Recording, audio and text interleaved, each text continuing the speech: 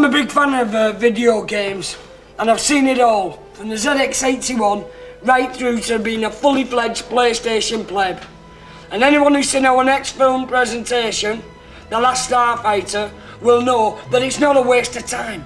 And not only that, it's got the bonus of having the 2 stars that have got to be on the lips of any real sci-fi fan. Lance Guest and Dan O'Hurley. Dan O'Hurley.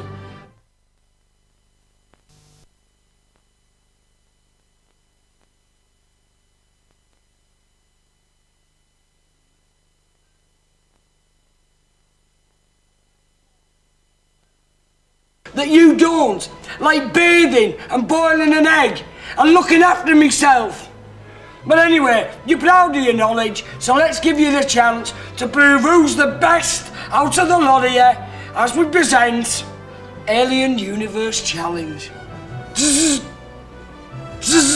My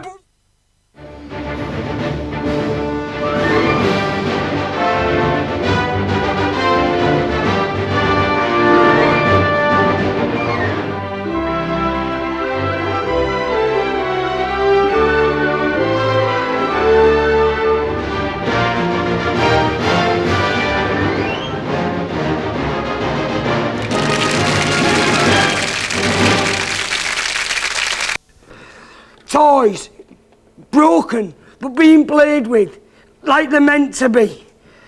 You know, not like these sad kids. These are toys have had a life, they've lived.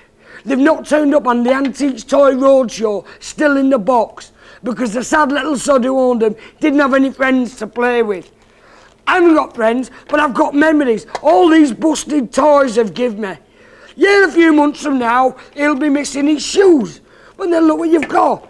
The new road protester, AT-AT, man. You know what I mean? It doesn't matter if they devalue, as long as the memories grow and what you get from the toys lasts.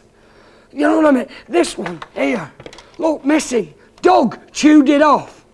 Now I've got to get the dog operated on, to get the blaster back, to stick back on, to sell it, to then pay for the dog's operation.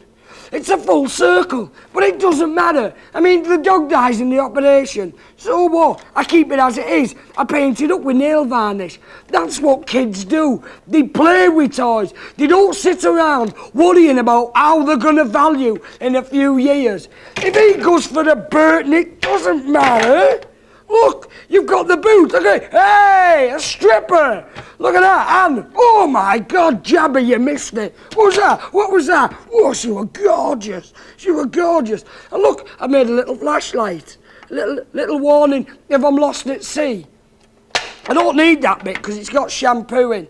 What R2-D2 doing carrying shampoo? I don't know. Will that devaluate? Will anybody have any idea whether that is Timothy or Head and Shoulders? No, don't be ridiculous. Don't be so anal. When you get your toy, rip it out the box. Draw on it with a biro if you must do. But make sure the damn thing gets played with and doesn't get left to the wrong people who one day they won't take the toys out the box. They still have the plastic on the settee, do you know what I mean? And on the car seats. These are the kind of people. That's how the galaxy ended up under evil rule in the first place. Whoa, she's back again. Oh, you missed it, Jabba. Do you know what I mean? Play with these toys. Play with these toys. Find out the value. Find out what you could have won. But then sit there in the knowledge that you lived a life that's full. And your headless R2 will thank you one day. He'll thank you. Trust me. On behalf of the society and knackered toys, play with them.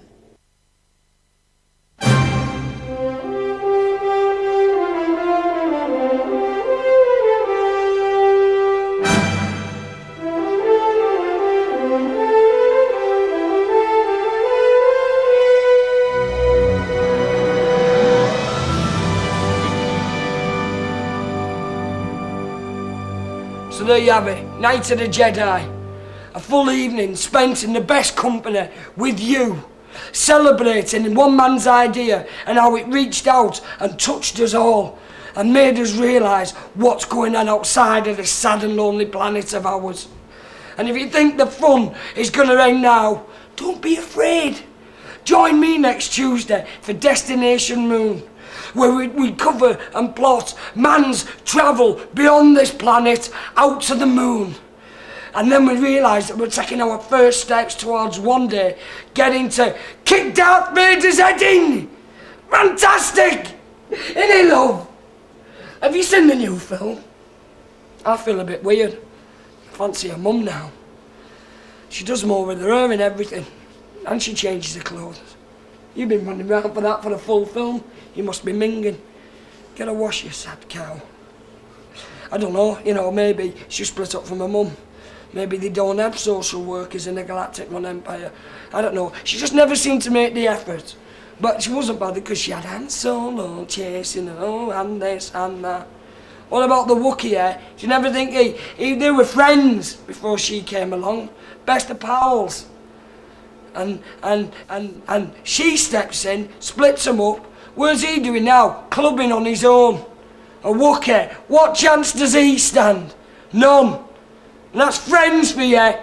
Never let a princess on the run from the Empire come between you and a friend, because they'll end in tears. Good night.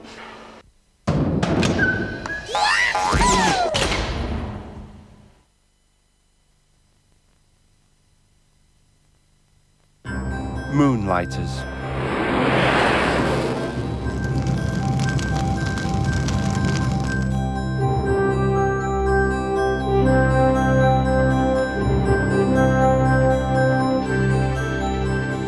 One morning, two moon creatures, Biblock and Hoblock, were out for a stroll when they saw something lying in the moon dust.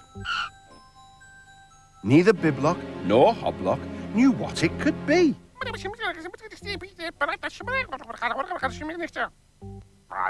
They decided after much discussion to leave the strange object where it was. Then they went back to their moon city and asked their computer what he thought it might be. The computer studied the object carefully. I think it's something the Earth people made a long time ago, said the computer. Oh, no, that's not it. No. Oh dear, no, that's not it. Ah, a lighter. Now let's see. Oh, lighters can be very dangerous. Children should never touch them. They can cause fire, and fire can destroy buildings and burn people. Long ago, here on the moon, we learned how to live without fire.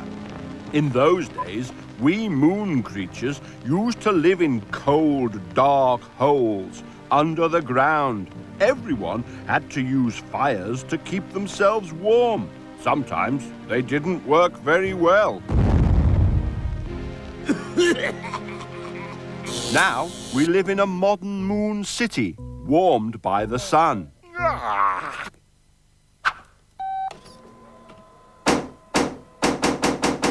Biblock warned Hoblock that they had better not have anything to do with the dangerous Earth object, and it was a good thing that they had not touched it. Hoblock agreed. But that night, when all the other moon creatures were asleep, Hoblock crept out to where the lighter was lying. He wanted to know if all the things their computer had told them were true. He soon found the lighter again and secretly took it back to the moon city.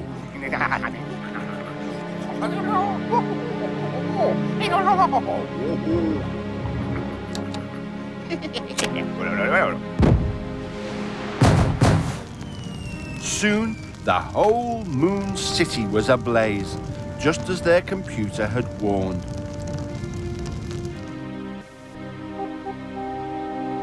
Hoblock, of course, was in terrible disgrace.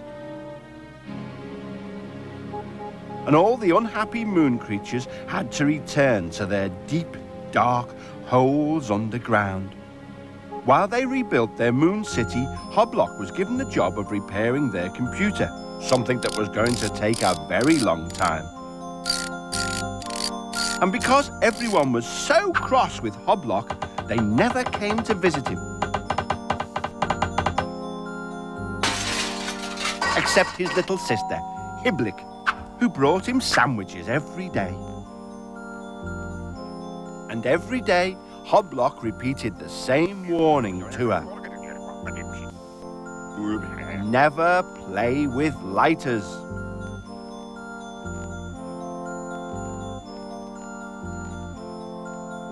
And never play with matches either.